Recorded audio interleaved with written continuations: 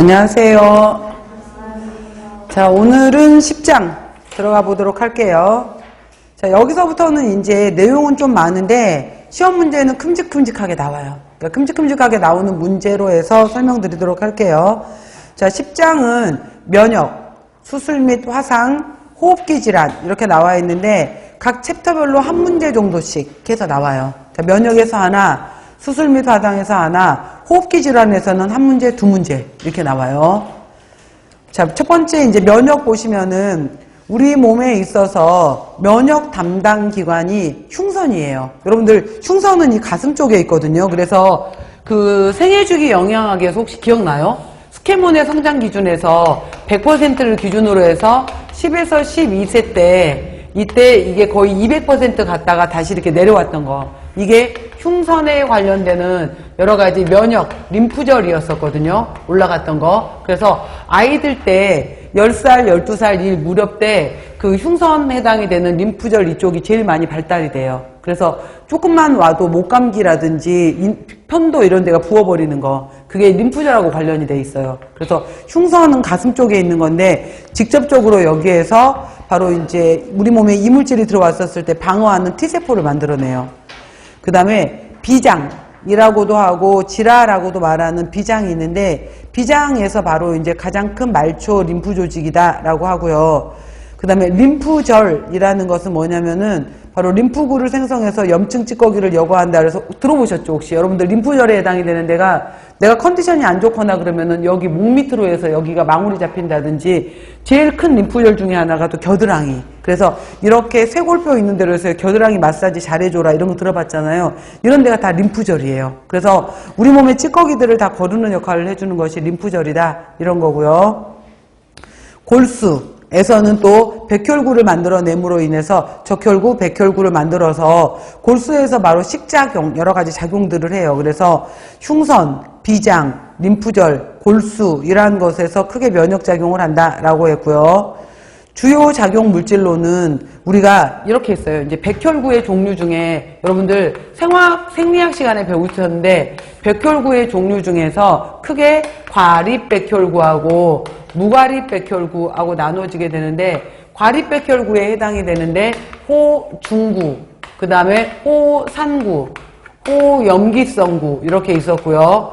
무과립백혈구에 T림프구, 그러니까 그냥 림프구구나. 림프구하고 림프구, 그 다음에 단핵구 이렇게 있게 되는 건데 이 림프구에 바로 T림프구가 있고 P림프구가 있고 B림프구가 있어요.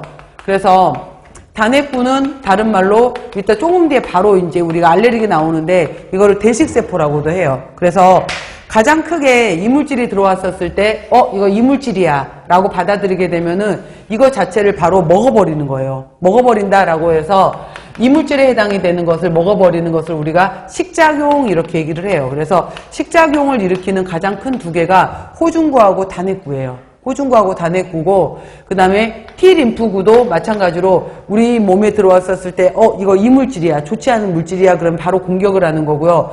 B림프구는 뭐 하는 거냐면은 얘가 화장품인지 먼지인지 진드기인지 뭐 여러 가지 성분을 파악한 다음에 도대체 이 물질이 무엇이야를 파악한 다음에 이뮤노글로불린 G를 만들 것인지 A를 만들 것인지 M을 만들 것인지 D를 만들 것인지 E를 만들 것인지 각각각에 해당이 되는 것을 만들어내는 것을 B림프구라고 해요. 그래서 T림프구가 있고 B림프구가 있다라고 해서 가장 크게 면역작용을 일으키는 거에 호중구, 단핵구, T림프구, B림프구 이러한 것들이 가장 큰 면역작용을 하는 것들이에요. 그 말이에요. 그래서 지금 그 비특이적 반응은 바로 먹어버리는 거. 식세포 작용의 호중구. 그래서 이 단핵구의 다른 이름이 대식세포예요. 뭐 크게 먹어버린다. 그래서 바로 호중구, 대식세포 이러한 것들이 먹는 작용을 하고요. 또 림프구에 해당이 되는 거에서 T림프구, B림프구가 있는데 T림프구는 해당되는 것을 공격해 주는 거, B림프구는 항체를 만들어내요. 이런 식으로 이뮤노글로불린 GAMDE를 항체라고 해요. 만들어내는 방어물질을 만들어내는 거다라는 거고요.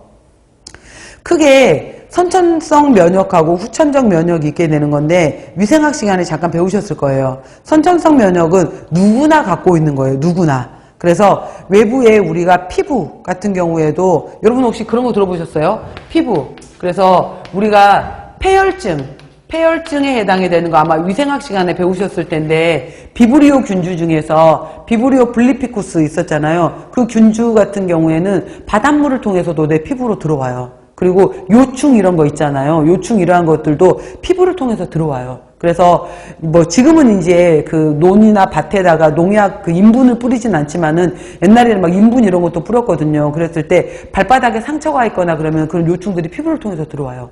바닷물을 통해서도 비브리오 폐혈증 같은 경우에도 비브리오 폐혈증도 피부를 통해서도 들어와요. 그래서 우리 표면